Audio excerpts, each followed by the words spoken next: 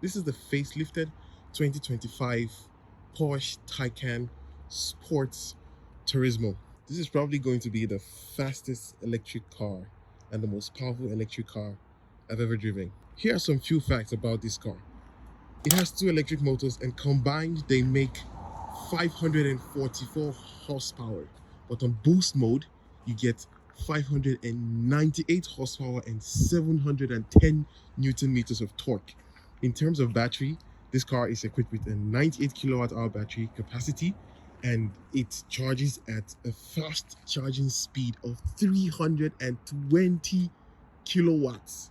If you get a charging station that can charge this car at that speed, you get this car from 0 to 80% in 18 minutes. 18 minutes! But damn, look at the stance of this car, especially from the rear. I've always been a fan of Porsches. I have never been a fan of electric wagons up until recently, like the BMW i5 E40 I just reviewed. If you haven't watched that video, you can check on my link below. But this car, I mean, look at the stance from the back. Look at how, sculpted. It looks like it's on steroids. Look at nice LED light that runs across the rear of this car. And I like how Porsche integrates the logo. Look at the rear diffuser. Look at how huge that is. Gosh, look at the wheels. Huge wheels at the rear. These are what, 21 inches at the rear? Same at the front. Huge brake disc. This is an insane car. Welcome to the interior of the Porsche Taycan 4S Sport Turismo. It just screams. You have one screen here, the driver's instruments display with clear, crisp, high-definition graphics. And then you have infotainment screen here, which you use to control all media and car functions. And it also comes equipped with Apple CarPlay and Android Auto. And just look at how responsive this screen is to the touch. The third screen here for everything that has to do with the climate control of this car, and you can also use this pad here to control the screen here. I haven't been a fan of integrated climate controls on screens, but this one, it works brilliantly well.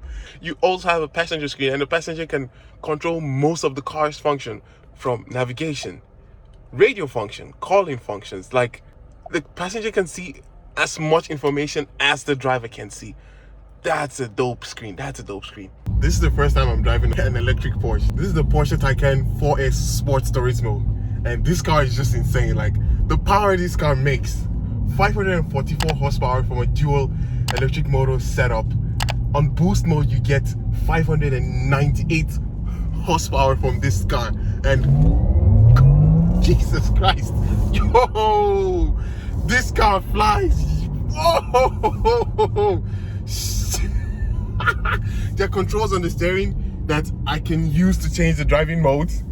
I can't really show you that, but this car is mad. Like, yo! Whoa! I'm probably gonna lose my license driving this car because of how insanely fast it is.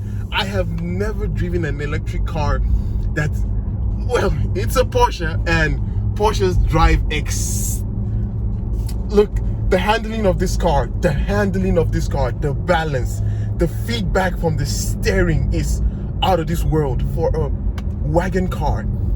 And I feel like this is Porsche's Goldilocks car. If you live in Sweden, for example, because of course the Swedish market is mostly dominated by wagon cars. And this electric sports insane piece of electronic devices, it probably would be the best selling car for Porsche in Sweden. So when I floored it there, I noticed something. This car has a 2-stage gearbox. It's an electric car. Electric cars usually don't have gearbox, but this one has. It has 2-stage gearbox.